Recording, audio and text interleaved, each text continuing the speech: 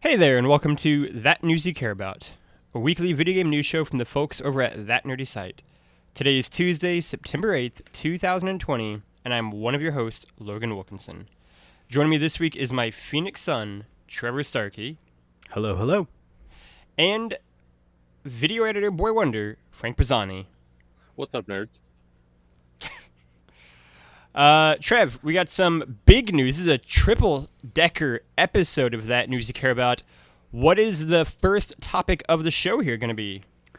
So normally we record this show Monday nights to go out Wednesday, but given the Labor Day holiday, we kind of decided to take Monday off. And boy, howdy, we did, because big news broke overnight. As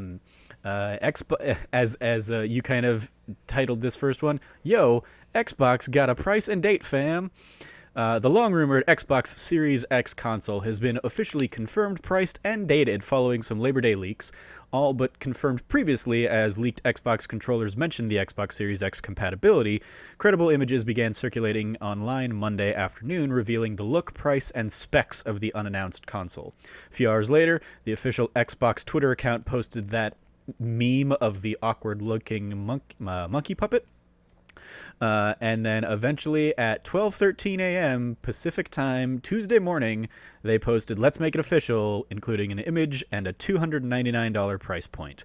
And then they followed it up about 9 hours later this morning, as of recording, 9:34 a.m., they followed up with a tweet with the official launch trailer, which had also leaked kind of overnight.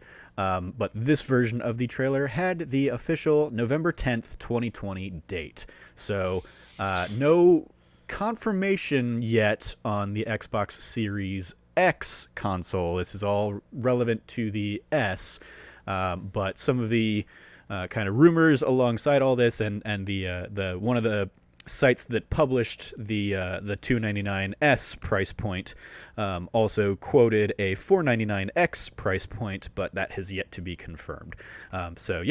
Big news that this console went from being not officially unveiled or announced to announced, dated, and priced as the first shot of the next generation console wars, effectively. We now know this console will be coming out November 10th, 2020, at a nice, affordable $299 price point.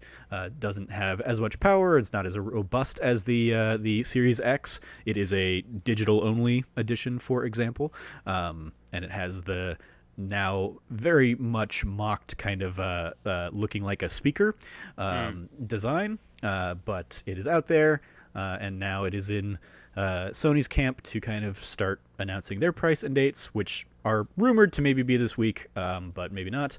And then, of course, Xbox will also still need to announce the Series X information, which presumably the November 10th date is going to be the same for the Series X. I can't imagine they launched those two consoles at different dates. But yeah, so that's kind of the summary. What do we think of the look of the thing, the price, and the date, and just, I guess, really how like all of this kind of came about? Like, I don't know. I mean, when all this was kind of really like cracking off, you guys might have already been asleep over in Austin, because yeah, like I said, this hit at 12 o'clock my time last night. Basically, is when it got confirmed. So it was a wild evening on Twitter last night. I was asleep. This is the very first thing that I woke up to, because I hit my alarm and just like happened to see like all of the tweets about this from people I follow, and was like, oh, okay, yeah. And then like I went in and saw it was like leaked and all this other stuff, and it was like a very confusing rabbit hole. There were also lots of real good tweets. One of my favorites that I'm gonna shout out is Kez McDonald. Quote tweeted a tweet that is just, "The Xbox Series X, not to be confused with the Xbox Series X, not to be confused with the Xbox One X, not to be confused with the Xbox One, not to be confused by the Xbox, not to be confused with the Xbox Series X." And just her being like, extremely this. I have to double check which console I'm talking about half the time, and it is my job to know about these things. Once it was wrong in a headline on The Guardian for several hours, and tellingly, nobody even noticed. So just the fun names that Xbox has seemed committed to just trying to have the most confusing system names possible. Well, yeah, even in our doc here, you provided a link to one of the articles announcing it, and you labeled the link with the Yeah. Series Oh my gosh. X console instead of Series S, as in Samson. Yeah. See, this is the point. Like, So it's just so like, you even got it wrong there. yeah, like it's such a I don't understand. Like, it doesn't need to be this complicated. Microsoft, like, we can mock PlayStation all we want, but it's very clear when we're talking about a PS1, 2, 3, or 4, or 5, and even Nintendo for the most part, aside from like the Wii and the Wii U, have been like, this is a very different sounding thing that is clear cut what it is. Um, it's just yes, Hey, that's they even kind of get like it's a Nintendo. yeah, Yeah. like it's so that part of it I think is an interesting choice, an interesting decision, but also very much in line with what Xbox is like at this point committed to. Yeah, I mean, I feel like it's definitely a thing, but I feel like it's no different than the iPhone and the iPhone S at this point, especially with like them doing it this generation with the Xbox One X and then the Xbox One S. You have kind of X being this is the most powerful offering we have, and the S being hey, this is the cheaper, slim version of what we have. That seems to be the nomenclature they're planning on using moving forward, and I think it's very much, a direct, pull from the, smartphone kind of naming conventions that we've seen rise up in recent years. So it think does it's not as confusing to me, but I get that. Yeah, it's not. They kind of set a weird tone, especially in contrast to PlayStation 1, PlayStation 2, PlayStation 3, PlayStation 4. Like the Xbox naming got really confusing when they went to Xbox One after Xbox 360. Like that was kind of the beginning of their nightmare. And Nintendo has just always been weird. Basically anything after the Super Nintendo has just been like, okay, why is it called that? With the Wii and Wii U being, one of the biggest cases, but then more egregiously, I would say, in the 3DS space, the Nintendo DS, the Nintendo 3DS, the Nintendo 3DS 2D, the new Nintendo 3DS, or and just the various iterations of that are way more confusing than anything either Sony or Xbox, in my opinion, have done. But I get the fact that Xbox One X or Xbox Series X were trending when the news was all relevant to the Xbox Series X doesn't, bode well for the mind share of the product. It's interesting too, and I think reflective of the conversation that we had a few weeks back on the different strategies each kind of console maker are going about and how they kind of brand and market and go about building their kind of ecosystems. And Xbox very much, I think, has taken, for good or ill, we'll see, I guess, as it kind of plays out more and more, but like they've taken very much an aspect of like, we are not a video game company necessarily. Like, we are increasing, like, we are taking our cues and we are taking inspiration not from what other game companies have done in the past, but from Apple and from like Microsoft proper and from like that kind of tech side of things. And I think the name and nomenclature is part of that. As far as like the reveal itself, I mean, it's George Cruz from IP and Pop Agenda, I think, had my favorite thing, which is just absolute like a PR nightmare if you worked on the PR for the Xbox Series anything. I can't imagine you had too good of a night that night. It's like the worst possible time for it to come out. It's like the worst possible timing, even more so because it was like during a holiday, so it was like just as people were like probably going back into the office the next day, and like it's messy. It's not how they were going to reveal it, and we'll get into this later on, possibly, but like I am also curious how will affect, if it does, PlayStation's decision to announce the price and date of their console, and what they internally are now thinking about the kind of reveal and rollout of that price and release date. Yeah, I have some thoughts, but I wanted to throw it to you first, Frank, before I kind of weigh in with kind of my thoughts on PlayStation's response. What are your takeaways kind of from the reveal of this, as well as the price, and it looks like next gen officially starts November 10th, unless PlayStation kind of jumps the gun on that. What do you think about that, Frank? I definitely think it's like an unfortunate reveal because it's been kind of one of like the worst kept secrets in recent memory, where like it just keeps getting leaked in like a bunch of different ways, or even like the back of that controller like a couple weeks ago, and then to have it just kind of be fully outed it was like their entire plan, or at least I believe it was like the console and the price. Like that's just definitely super unfortunate. It's not even kind of the way you like want to see it necessarily, but I definitely think it was impressive, like how fast they reacted and kind of got everything together and just announced it and said, like, yeah, here it is, and here's the date, here's the price, everything like that. They must have been planning to do that pretty soon, I imagine, because that they put up that video, and I'm assuming they had that ready, but for probably an event in like the next couple weeks. So like, but it definitely was kind of fast how they were able to just get in and get everything taken care of again and kind of let everybody know what all the information was. Uh, I definitely love the price, honestly, and I think it's really cool compared to like the specs. When you look at it, it definitely seems like it's almost. I assume the PS5 is probably a little bit better, but it seems like it's more on par with probably like something like that. And I think it's cool to just see something like a really powerful next gen console that even is discless and is just kind of a really cheap entry point to get a lot of people in. And like I definitely think that's really cool, as opposed to where Sony's discless console is probably going to be, I imagine, like $450. Like I imagine it's going to be not double the price, but it's definitely going to be a lot more.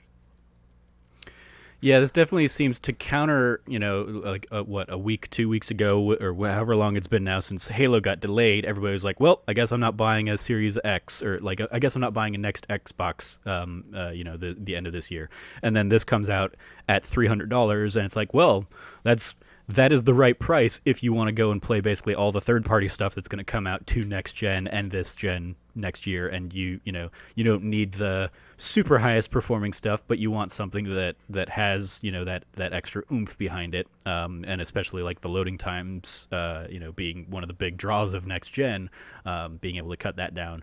I think this absolutely is going to steal a lot of people who are really only who don't care about first party stuff.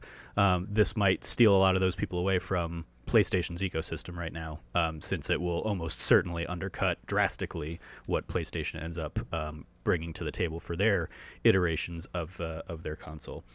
Because Yeah, go ahead. I do think there is honestly a portion of the market, even if they're not necessarily what we would consider like hardcore gamers, that they just want something cheap to game on, and that is totally an upgraded version that is really impressive by all the specs. And I think that is like, honestly, I think that's a really good price point, especially because it's launching at $299, but eventually you're going to see it on sale for less. So I think that's like a really enticing option that, like you said, I think that is going to steal away some of like PlayStation's business there.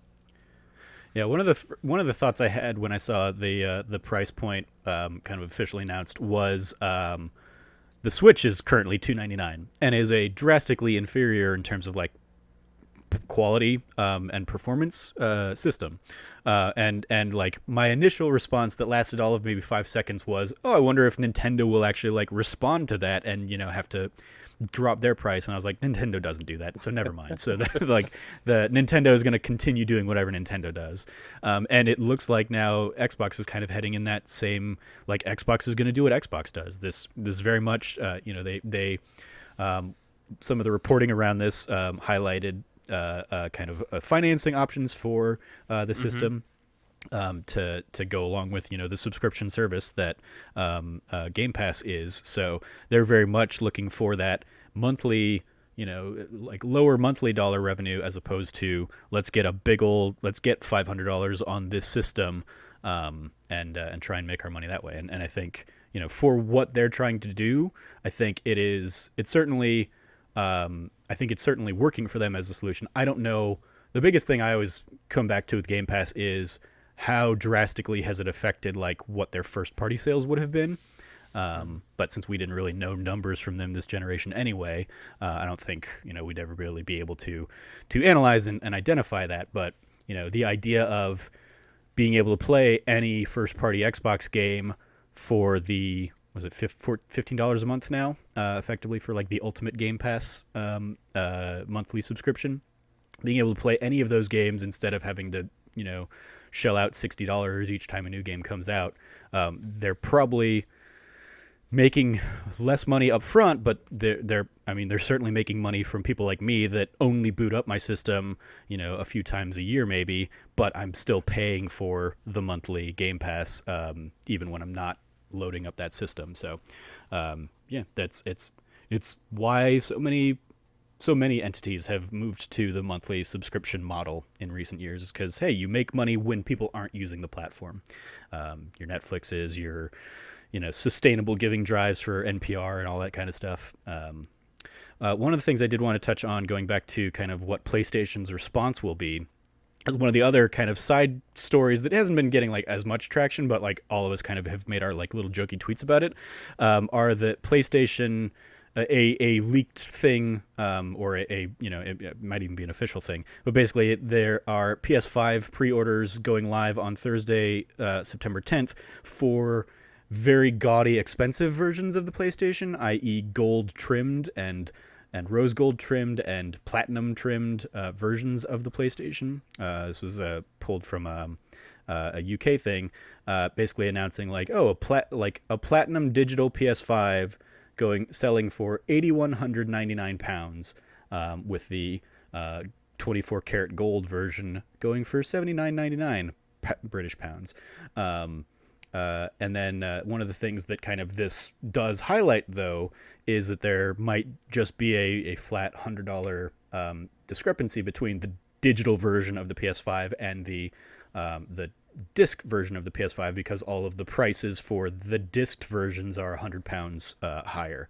And I don't know quite what the conversion rate is, but I feel like most times when we see kind of pounds versus dollars, it's mostly 1-to-1. So it could be that whenever we see the official like regular priced version that aren't trimmed with gold and platinum and rose gold, whatever, we're gonna get to see conceivably $100 difference there between the disc and discless version, versus the presumed $200 difference here on the Xbox side of things. But so that's kind of where I think, and I think the fact that that's like out there and being promoted as pre-order starting on Thursday the 10th, I think I think that lends more credence than anything else I've seen to the idea that we will probably get some kind of notice for people being able to start their pre-orders this week, and I think we'll get some kind of announcement. But yeah, as far as like Xbox having to kind of like respond on the fly to all this, one of the tweets I saw was kind of looking at the side of things of like, it seems like pretty much anybody has to have like a leak contingency plan at this point. Anybody working in marketing for any of these big companies is like, okay, when things will leak, because they almost inevitably will, what do we do? And how do we respond? What do we respond to? All that kind of stuff. Yeah, I was very surprised to see how quickly Xbox responded to things and the tone with which they were responding to things yesterday, or this morning, I guess. And yeah, it's like so much of it I think came from like, I mean, the commercial was posted online basically. It was the commercial almost in full, everything except like the date, I believe, was posted in its entirety. So I was like, okay, well, clearly enough hands have touched this thing that it was probably imminent anyway. It's just a matter of like, yeah, somebody jumped the gun on it, and it is an unfortunate time for that to all hit when, presumably your entire company is enjoying the 3-day holiday weekend, to have that drop while you're all out of the office. It's like, well, okay, yep, now it's panic mode, but so be it. Logan, any final thoughts from you on the Xbox price release? So I think what I will say is that the $299 price, like you mentioned, is great. It's a great price for people. I mean, like even I'm like, God damn, do I just get an Xbox for $300? Like it's just, and I think it just draws people in because it's a low price.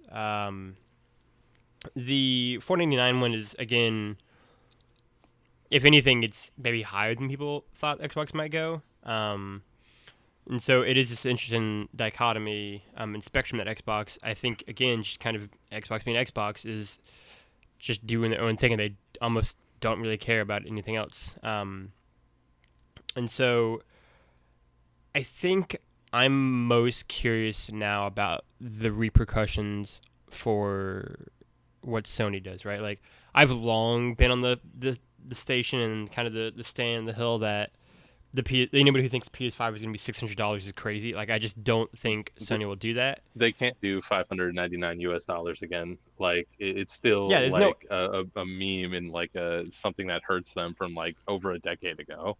Yeah, like I just don't think it's gonna happen. This being at $499 makes me think that, I mean, Sony now knows the amount, right? Like Sony, I mean, there will be internal discussions or whatever the Sony's price was about this now, but like I've long said, like Sony's console is probably gonna be $400 or $500. It's probably gonna be one of those two things. And now that like there's like the slim version of the PS5, like again, like that will probably be like $100 cheaper. So like if they have the PS5 standard, it'd be $500, the other one would be $400, or $400 and $300, or $350 and $450, like whatever it is. Like that's what I think. And so like I'm curious to see what their console price is though, and I'm curious to see what their date is now. And like it is also interesting because obviously Trevor is like the most prominent person I know who's constantly on the internet reminding people that like Sony and Microsoft timelines for announcing all this console information is actually not beyond the realm of like a standard amount. People are like freaking out like they were so late, and it's like it's actually not historically late. And so it is at least interesting to see that like we are beginning to get to the point where like big things are being announced. We're entering into like the kind of dying embers of this console generation. And we have, like you said, like we have a point where like the new generation is happening, and it's 2 months away basically. That's like the exciting thing for me, where it's like we're 2 months out from this happening. And that's exciting. My final comment that I will say too, before we pass it kind of to Frank for his final thoughts, is just Xbox is kind of becoming Nintendo. And this is something Trevor said too, but like Xbox really is kind of becoming Nintendo in the brand of like they're just doing Xbox shit. Like Xbox is just gonna kind of be Xbox. Like part of me thinks it's like this weird mixture of they're admitting a little bit that they can't beat PlayStation at kind of what PlayStation does. Like PlayStation does PlayStation things very well. Again, we've talked before about like all of their consoles have been colossal hits. And like PlayStation does like how game companies have like historically quote unquote worked and then merged it into like a modern version of that really, really well. And I think Xbox has kind of accepted that and been like, well, let's do our own thing. Let's be different, right? Like it kind of worked for Nintendo and like transforming them. Like let's do our own version of that and try to see if we can make it work.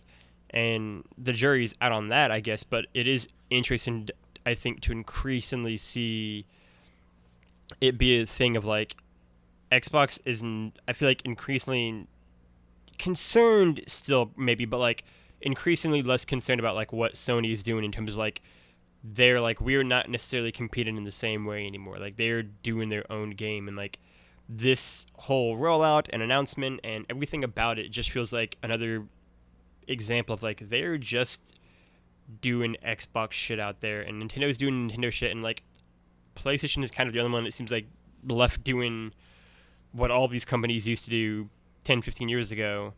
And it's very interesting to see how that will work out over the next 5 or 7 years here, the next console generation, like what that looks like. I'm very, very curious about that. Yeah, I think, like, on that note, I think PlayStation, I would say, has more fans than Xbox or Nintendo even. Nintendo has a very great knack at getting, giant surpluses of casual people to come in for something like the Wii, something like the Switch maybe even.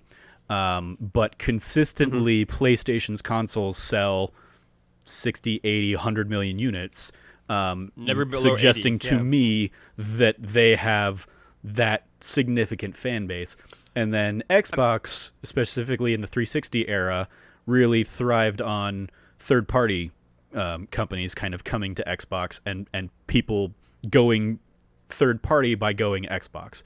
And I think they lost that this last generation, and they're hoping to try and get that back again. And so I think the $299 price point will really help them. But I think like PlayStation, even if PlayStation does come out and say $599, they did it for PS3, and PS3 ended up still selling 80 million units. So like they'll be fine even if they have to do that and take that hit. Because I think there is just a bigger fan base for PlayStation outright. And whereas the other, like, Nintendo is very hit or miss in whether or not the Nintendo fans will show up for a console. Or a series. And this time, yeah, exactly. This time they did, and yeah, this time they have shown up for Breath of the Wild, for Super Mario Odyssey, for Mario Kart, Smash, all that stuff. And then yeah, it's I think because Xbox maybe realizes that and says, hey, we can't, like, in the 360 era, they tried to basically make everything like, hey, it's either Halo or Gears and Forza, and those are, you know, our big tent poles, and that didn't move the needle. So obviously they spent this last generation gobbling up a whole bunch of new first parties to try and build out their portfolio, but it's a very unproven portfolio still in terms of, like, as an Xbox branded thing. So yeah, they just don't have the inherent fan base that Sony does, and they don't have they can't bank on this nostalgic love like Nintendo does. So yeah, those are kind of my thoughts there. Final thoughts from you, Frank? Yeah, I think my final thoughts kind of align with a lot of what Logan said. Like, I definitely agree with a lot of that, and I think it's really interesting to see at least Xbox have like this spectrum of like the $299, and then what I'm just gonna assume is $499, because I think that definitely sounds reasonable for the Series X. And then on top of that, you obviously have like Game Pass and some of these other services. Like, I think it's interesting that they're just going to have like the wide spectrum of just trying to basically get people in the door and have that covered, where they're like, oh, if you're just somebody who wants something good to play on, you can get the Series S, or if you want like the highest end thing out there, you can get the Series X. And then no matter what, you're going to be able to play pretty much everything. I think it's a really cool ideology, and it's definitely interesting to see them sort of split off from PlayStation in that regard. And I'm kind of curious to see how it works out for them, because I think in the end, I think Sony is still going to win overall with a lot of the traditional ways we measure a console. But I think it's going to be interesting because I think Xbox is still going to really succeed in like the services and like what they're doing on their side. Yeah, I think they'll continue to make a lot of money. I'll be curious if we ever find out, you know, if this system is being sold at a loss to just try it, you know, if they are going back to the old, you know, tried and true model of consoles of, we're going to take a hit on selling the hardware because we're going to make more money off the software, and instead of it being we're going to make money off the software, this time it's we're going to make money off of the software and the subscription fee. I would owe to like be able to really dive into the financials at any of these big three companies. Would be very fascinating for the data nerd in me. But with that, I think we're going to throw it over to you, Logan, for story 2. Yeah, so the second story, we're kind of going down now after that exciting news. After 6 years, Kotaku UK will officially close down this Wednesday after its British publisher decided to not renew the license for the site. In fact, it might already be down in the UK now, since it's already Wednesday there. The US and Australia-based versions of Kotaku, which each have their own publishers, will continue to operate as normal. But I, particularly as someone who Kotaku stories were frequently brought on during my days at Input, more on the loss of Kotaku UK, and also because it was partially founded by Cousin McDonald, someone who was a cult hero among the Input crew. I just wanted to talk about what the loss of Kotaku UK means for the larger games industry, both in this particular hole it leaves behind, and also of the larger industry trend of non-Big Two, IGN and GameSpot, sites disappearing and just generally struggling in this increasingly modern landscape. So, I think for me, it's a sad one. I'm bummed out. Like, Kotaku is not necessarily my favorite site in the world, but Kotaku UK, I think, did really fun and really cool and really unique pieces. And I think, especially during like the Kes McDonald led years, like her voice is so strong, and obviously she's gone on to do great stuff at The Guardian now, but like she, I think, imbued that site with so much style and wit and humor and quirkiness, right? Like it was everything I wanted, like a non IGN or GameSpot kind of site to have. And so I think it does leave behind a hole in its absence, and also just increasingly like I wonder what the media landscape will look like just kind of constantly, just every other day. I wonder what it's gonna look like. But like even in like further out, like 3 to 5 years, like these smaller sites, are they able to find some sort of area to thrive on and survive, or do they just kind of increasingly just blink away? Trev, what do you think? What are your thoughts? I mean, so as somebody who doesn't have like the intimate knowledge of UK, like Kotaku UK versus just basic Regular Kotaku, Kotaku. yeah, like I don't have any kind of like real deep connection to this. The thing that really jumps out at me here, even more so than that, is this just seems to be like the latest step in Go Media's kind of like Yeah. attempts at dismantling, because it wasn't only Kotaku. It's also the Gizmodo UK brand is also is at least like another one that I saw isn't getting renewed, is ending on Wednesday. So they basically just seem to say like, hey, this isn't either this isn't bringing in enough money for us, or it's costing us more than we want it to cost us. So like it seems like, hey, getting rid of your UK branch is a great way to cut costs. And what we see time and time again in these kinds of situations is them cutting costs to try and resell it, basically saying, hey, look at our balance sheet. We did so much to like reduce all the expenses, and sure, that's going to have some kind of impact on the revenue, but we're going to sell it off before you can really trace and track that kind of revenue impact. And you see that, you know, in all sorts of the publication space. There was a great Jon Stewart Last Week Tonight episode, kind of. It was either that or it might have been a Hassan Minhaj Patriot Act on the topic that I watched not too long ago.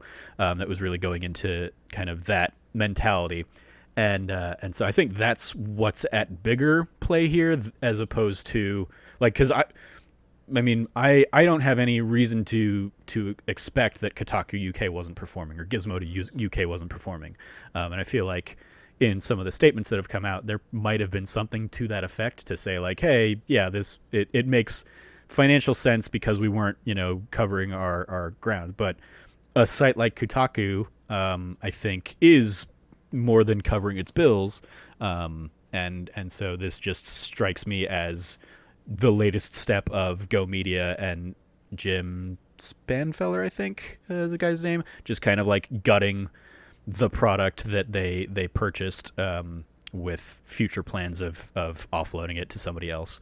You know, like Kotaku as a whole has never really recovered and bounced back from the Hulk Hogan lawsuit that, you know, bankrupted them and had them sold off to Univision for a little while, and then eventually Go Media.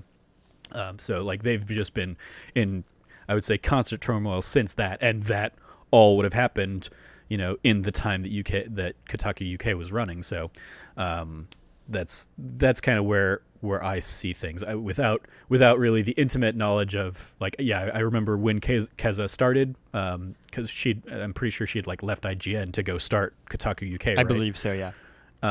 So like, because I remember her from her IGN days, of course, and so yeah, that was like a cool big thing, but even she hasn't been there for the last few years, right? So I just really have no, like, if somebody was like, hey, here's a Kotaku article, I didn't know if it was Kotaku or versus Kotaku UK. I just wasn't ever really drawing the distinction between those two.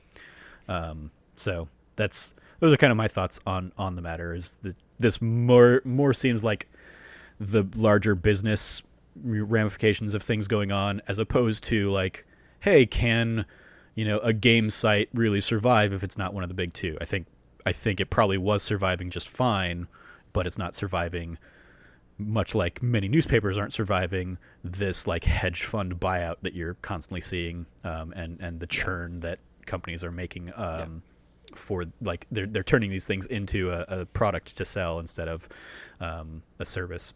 Yeah. Frank? Yeah, like I'm definitely not super familiar with Kotaku UK myself. But it's definitely always sad to see some of these sites go out of business. And I know, like in the past couple of years, there's definitely been a few of them, and it's always super unfortunate, especially for kind of like Trevor was saying there too. Like it's really unfortunate when it's just sort of for like the overall bottom line. But I guess that's definitely just sort of how it works. But I definitely feel for everybody who I'm sure kind of got let go there, and I hope they are able to find some other cool places to work kind of in the industry. Yeah, I think um, the the media landscape in games is obviously transforming pretty rapidly, um, I am curious the long term trends with obviously streaming and YouTube and everything else.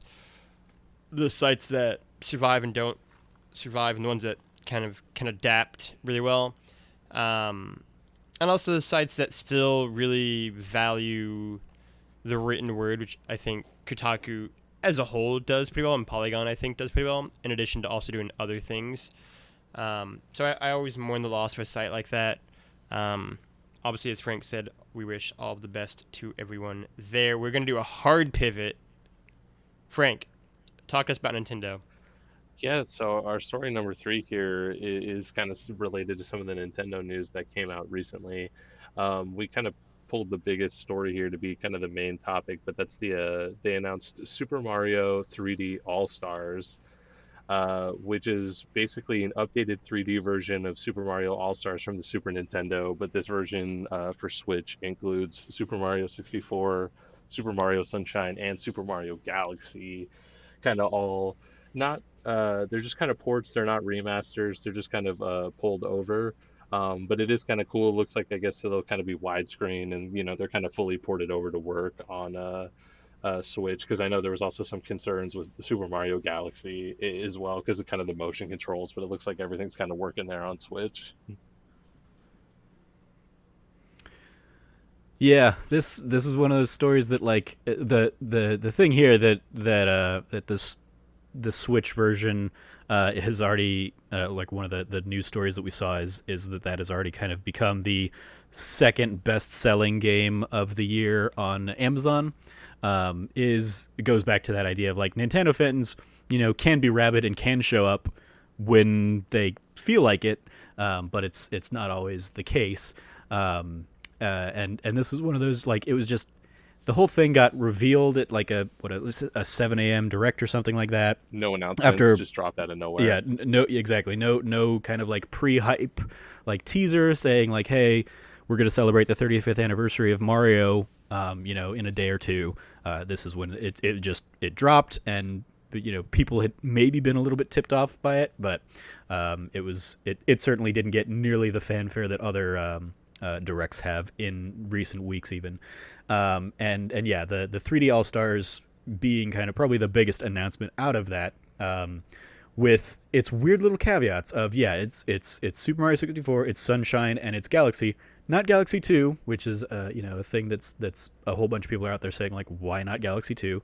And then the thing that really just like Nintendo, I hate Nintendo being Nintendo, but of course these numbers don't lie and say doesn't matter. Nintendo can be Nintendo because people will show up and buy this shit anyway. But the idea that Nintendo has basically said not only will physical copies of the game be limited, but they're going to also limit digital versions of the game, basically saying, hey, the game's really only going to be on sale up through March 31st of 2020.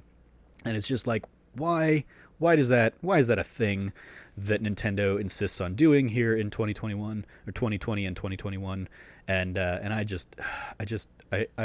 like my tweet basically said something to the effect of like, wakes up, sees this thing got announced, sees that it's announced only available until the 31st of next year, March 31st of next year, says why the hell do they do that, and then goes on and pre-orders it on Best Buy anyway because they have their hooks in me, and in particular having a fun, convenient way to play Galaxy again, as well as Super Mario 64 will be fun. I've never played Sunshine, so I have like no real care about that.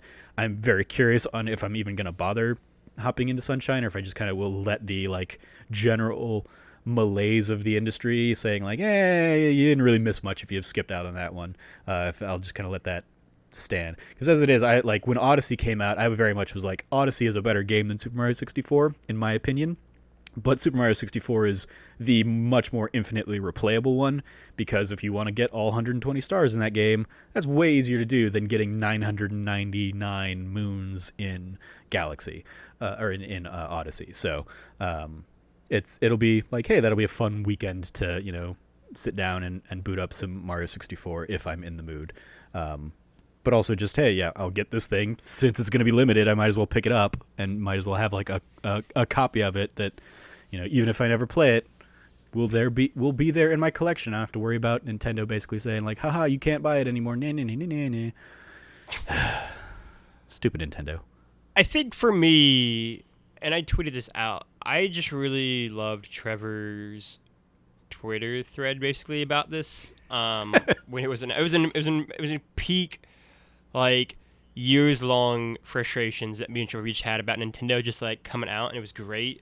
Yeah, I mean, like, in the most like blunt way possible, Nintendo gets away with shit that no one else would get away with, right? Like, it's just like the reality of the situation, and it's because like people just let them do it, basically. Like, I don't know, like, it's funny because this is maybe a podcast, with the exception of Frank, that like leans less nostalgic rose-tinted glasses for Nintendo. Like, me and Trevor, I think, each like Nintendo games a lot. We each love certain Nintendo franchises, but like, I think we, at critical times in like our early development into games, we didn't like fall in love with them like some people did, or if we did, we like grew out to some degree. Yeah, I mean, like, it's pretty clear that like if Sony or Microsoft did this, like, people would be very animated about this in a way that I think people now are like, I am very mad, but also here's my money because I want these things, right? And like, that's ultimately it, right? Where it's like, your anger and frustration only means so much if you're also giving them $60 or more, or like trying to buy a physical copy and a digital copy and all this stuff. Like, it's like, yeah, like, to Trevor's point, I mean, like, arguably we're also part of the problem because we're each going to complain about this, and then we're each also going to buy this thing. So that's how Nintendo does it. But like, I think it's just so blatantly not consumer friendly. It's so like patently Nintendo doesn't care, right? Like, if Nintendo cared super duper about their fans, like, they wouldn't make you buy the same game like 15 times.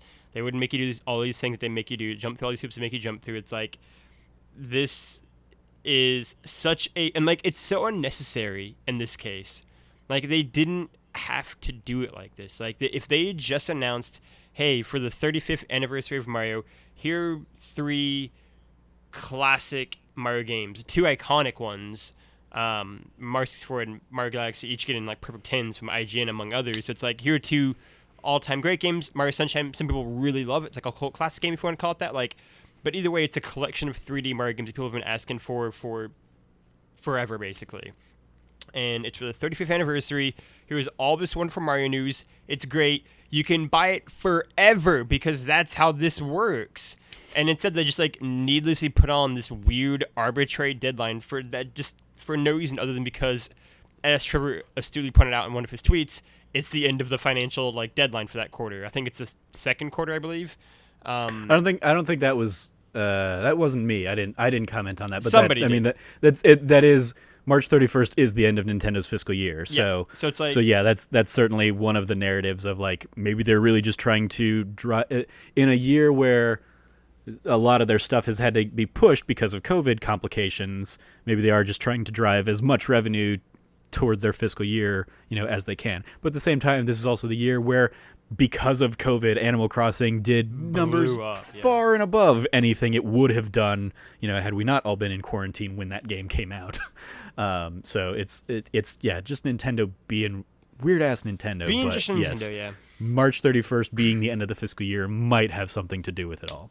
Other rumors I'm seeing go around are, the idea that, well, then they'll just break them off piecemeal and sell them for $30 each instead of $60 for the whole package or something like that. And it's like, okay, well, then you're never going to get anybody buying Sunshine, and you're going to have people spending $30 for Super Mario 64 and $30 for Galaxy anyway, so it's still the same price.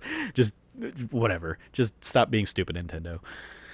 I I don't understand it. Agree. Frank, any thoughts? Any comments? Yeah, I completely agree with so much of that. And because honestly, like with the rumors before this, I was excited and looking forward to it. And then once we got to the actual announcement, I'm overall just like disappointed, which is Super Nintendo, you know, like that is totally my relationship The with most them. Nintendo reaction to have: super excited, then disappointed. Yeah, exactly. Especially because I was wanting them to bring Sunshine, and especially Sunshine, but even like Galaxy to the Switch, since the Switch came out like years ago. Like that was stuff I wanted way back closer to launch, and I'm happy. Like it's like they're finally giving it to us, but it's also in like the worst way possible. Um, like it is kind of in this collection with the three of them together, but like we're talking about, like it's limited, which is just shitty.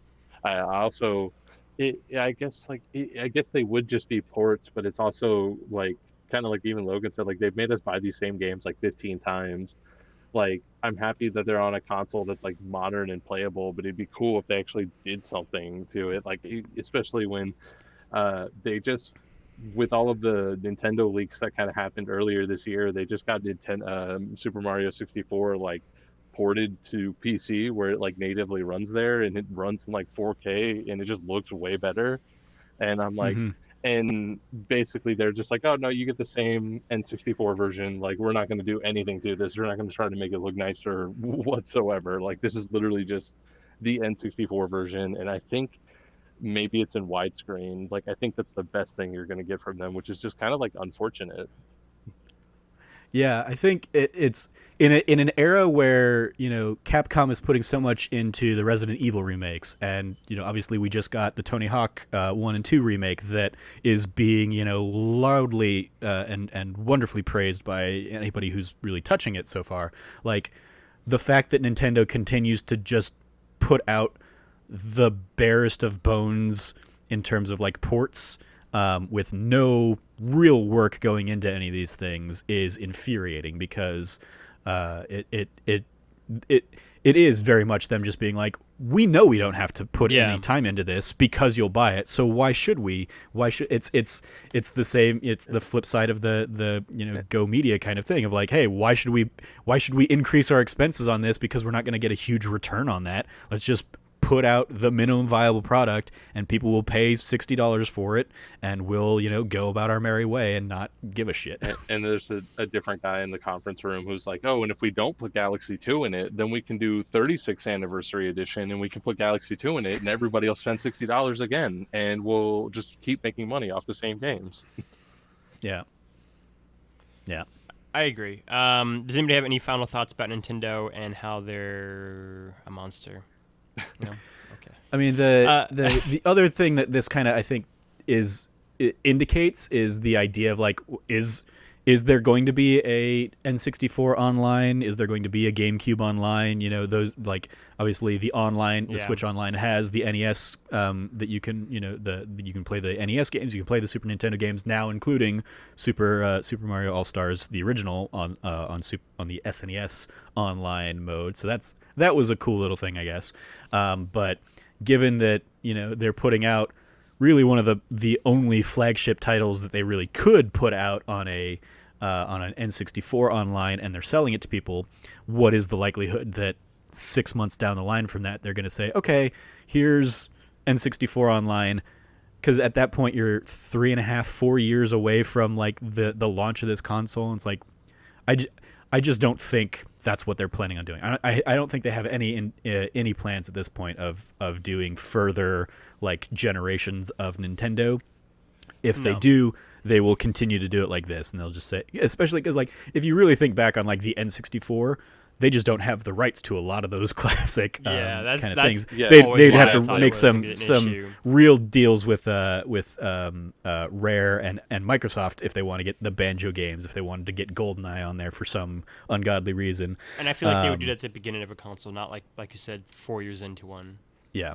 So like I don't think it's feasible, and I think this is pretty much the nail in the coffin to the people that have been like clamoring for that kind of stuff for years, which again is just Nintendo leaving money on the table, because they could do that and still put out the minimal viable product of those kinds of games, the N64 games, the GameCube games, and people will pay the Nintendo Switch Online monthly like subscription for those games, and Nintendo just doesn't do it. So yeah, Nintendo just makes baffling decisions. Of the big three, Sony's. Well, I'll still play everything, but Sony, like, I like the decisions Sony makes the most. And then I like the decisions that Xbox is making the most. They just don't have the games for me, really. And then Sony and then Nintendo just always angers me. Yeah, it's just such a series of baffling decisions that they essentially know they can do because people want to play the like 3 or 4 big games that they have, and so they could just do whatever the hell they want. And it's just they will probably do a like I remember. For the GameCube, I have like like a Zelda collector's edition thing that was Zelda 1 and 2 from Nintendo. It was Ocarina and Majora's Mask, and it came with Wind Waker. I think is basically like how I got that on GameCube. I got like this extra disc that had those things. And at this point, they've shown that they can do this with Mario. So whenever Zelda has an anniversary, they're gonna put Ocarina on there. They're gonna put Majora's Mask on there, and they're gonna probably include in. Link to the Past, even though you can get these games already on the online stuff. They will probably do a Zelda collector's edition, and it'll be the same kind of thing, and everybody will be like, oh my god, this is amazing, and they'll go and buy it, and it'll be like, this isn't really all that amazing, guys. I would love to see that, because that's definitely something that Frank's like, I would buy it though. Like, well, that's because I kind of want to buy this, especially because they're games that I like, and like especially I didn't get to spend a ton of time with Galaxies, probably as much time as like it did deserve, and so like I do kind of want to buy it, but at the same point I'm like totally disappointed, because it's like, yeah, I also want Galaxy 2 to be there because I want to replay that as well. And like even 3D World I can understand being the most excluded, but it's also still kind of bullshit at the same time. But I would, if they did that, I'm hoping they do that for Zelda, and if they did, I would definitely buy it. Like that would definitely be way up more of my alley too, especially because it would probably have to have Wind Waker on it, and that's just what we want is Wind Waker on Switch. I mean, it won't, because Wind Waker's already on Switch, isn't it? Didn't Wind Waker and Twilight Princess already come to Switch? Not that I'm aware of. Or am I completely like it has that Ultimate Video Game List show just blurred my mind on that? I guess I guess Wind Waker was maybe a Wii U. Yeah, because I know for that we did Wii U, because we did the HD version on Wii U, but I don't think that's been ported over. But that's what I want to see, especially because that's like an easy port, I assume. Exactly, and that's my point, and really, I guess why I in my mind cut it off at like the N64 ones, because I'm like, they already done it for Twilight Princess and stuff, and maybe I am just a generation behind on that. But yeah, if they're that easy to port, then yeah, they will absolutely do that. And with Breath of the Wild 2, they'll probably do some kind of tie-in and be like, and hey, like it'll be in that direct. It'll be like, hey, here's the Zelda direct to kind of coincide with this Mario Direct, and it's like, hey, here's Breath of the Wild 2 news and all that fun stuff, and then just because we love Zelda so much, when you guys actually show up to buy it, here's our classic Zelda All Stars package, and all that stuff. But that's all. Nintendo, get your shit together. And with that is the episode. I don't know if Frank or Trevor have any shoutouts, but I do have a shout out. An inspiration, if you could. It is the Premier League New Kits 2020-2021 ranking from Thom Gibbs, and this is a yearly thing he's done. I think this is the 6th year in a row he's in this now for the Telegraph. And it's just, he just goes through and ranks all 40 home and away kits for the Premier League teams. It's funny, it's irreverent, it's goofy. His reasons for not having some jerseys higher or lower are just fantastic, and most of all, the list is unabashedly subjective and totally dependent on just him just liking certain colors more than others. It's very funny. I enjoy it, and it has inspired me to do my own ranking of the 40 Premier League home and away kits.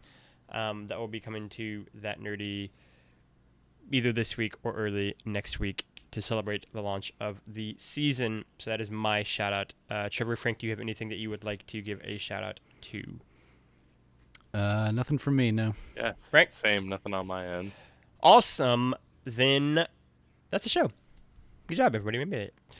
You can go support us over at patreon.com/thatnerdysite like all of our wonderful and amazing patrons have. We thank you all so much for your support. It means the world to us and helps keep the lights on and make shows like this one, that D Plus show, and more happen. So we're very, very thankful for that. And again, you can go support us over at patreon.com/thatnerdysite. See all the tiers, see all the wonderful things that we have in the pipeline. And again, know that we love and appreciate you very, very much. You can also go like, subscribe, and share to the podcast on podcast services around the globe. Tell your granny, tell your best friend, tell everybody. It really does help. And you can go also rate and review us on iTunes. Give us those 5 stars. Tell us what you love about us. Tell Frank that he's real cute. Give us all the good things. Because it does help for newer shows like ours. Next week will be episode 20. Very excited. We're out of the teens after that. But yeah, you can go do all those wonderful things, and it really does mean a lot to us and helps us tremendously. You can go find Frank at Irrelevant Jokes on the internet. Frank, anything you want to plug? Nothing I want to plug. I'm all good on my end. Awesome. Trevor, you can find over at Trevor J. Starkey on the interwebs. Trevor, anything that you want to plug? This week's other That Nerdy Site shows have been very Avengers themed. On Monday's That Nerdy Site show, I kind of gave my impressions of the PlayStation or of Marvel's Avengers from Crystal Dynamics. I've been playing it on PlayStation, so that's why I always jump to that. And then in honor of that, I dedicated this week's That D Plus show to the Avengers Earth's Mightiest Heroes cartoon that ran from 2010 to 2012. And I watched a handful of episodes of that to do That D Plus show. So you can check out both of those episodes already up on the site. Awesome. And you can go find me over at Lefty Logie all over the internet. I will echo Trevor's shout out for That Nerdy Site show. Go check it out. And then I will also go plug me and Trevor's conversation about Pirates of the Caribbean Dead Man's Chest. I really enjoyed it. It's a fun conversation. I always enjoy me and Trevor getting to do D Plus show conversations because they're always very fun and whimsical, to use my word of the day. And you can go find That Nerdy Site over at That Nerdy Site all across the internet. And with that, thank you for listening. Play your games and be good to each other.